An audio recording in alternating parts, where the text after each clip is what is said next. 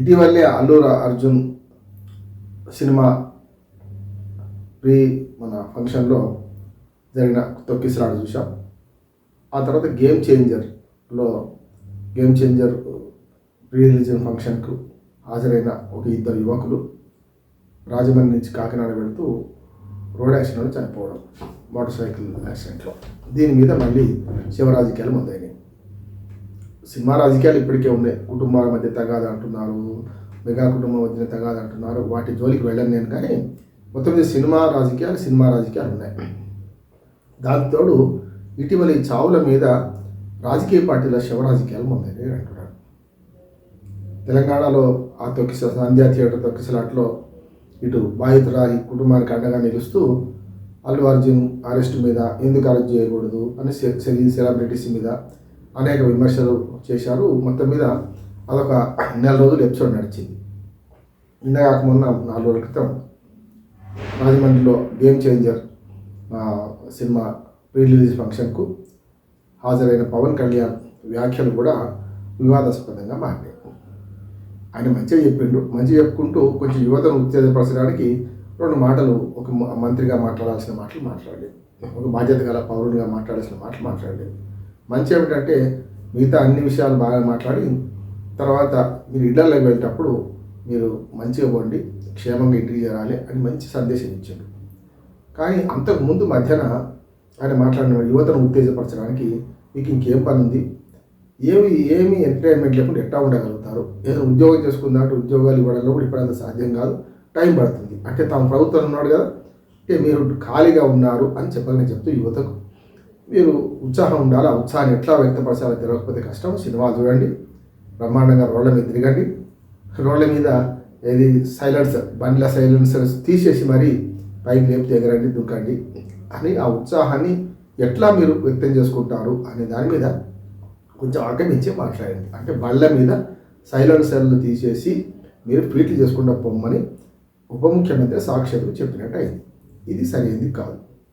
ఎవరైనా సరే ఏ ఉత్సాహం చేస్తుందికైనా సరే మీరు సామాజిక ప్రయోజనం కోసం పాటుపడండి, సామాజిక ప్రయోజనంలో అవినీతి వ్యతిరేకించండి, లేకపోతే ఏదైనా తప్పు జరిగితే ప్రశ్నించండి, మమ్మల్ని కూడా ప్రశ్నించండి అని మాట్లాడేది వేరే ఉంటుంది. కానీ మీరు పని లేక ఉన్నారు, ఉద్యోగాలు ఇప్పుడు సాధ్యం కావు, చెప్పడం అన్నట్టు డైరెక్ట్గా చెప్పింది. ఇప్పుడు మీరు ఇట్లా తిరగవచ్చు.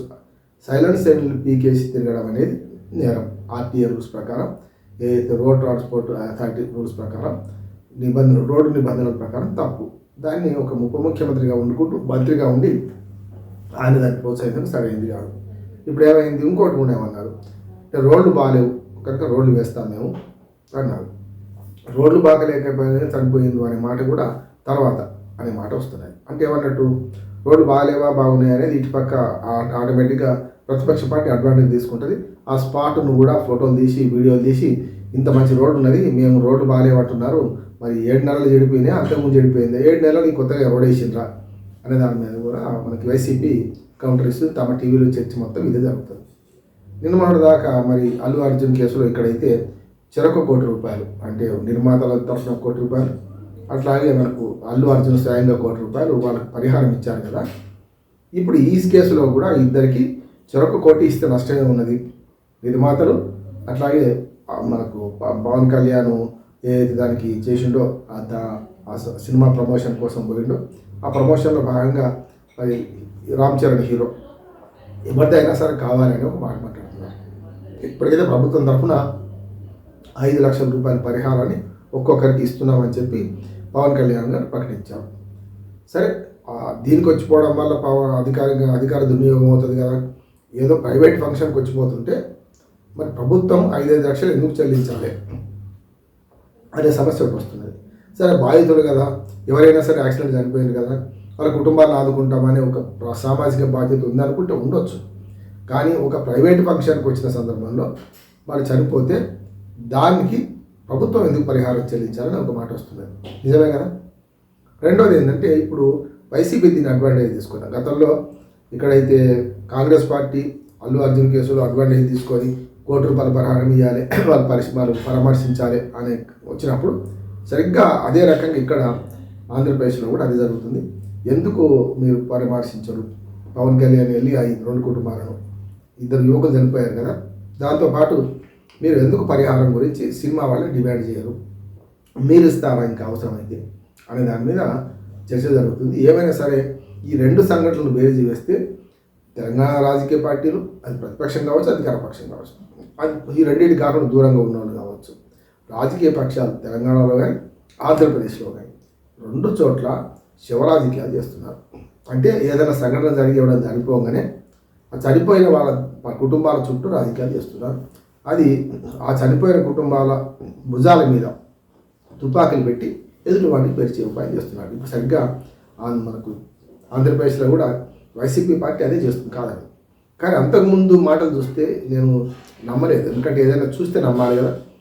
పక్కన రామచంద్ర నిలబెట్టుకొని మీరు సైలెన్సర్లో తీసి మీ ఇష్టమైన విన్యాసాలు చేసుకుంటూ పోండి అనే మాట ఎప్పుడైతే పవన్ కళ్యాణ్ అన్నారో అది యువతను రెచ్చగొట్టడమే. యువతను పరచడానికి కూడా మీరు సినిమాలు చూడండి, ఎంజాయ్ చేయండి అని వేరు.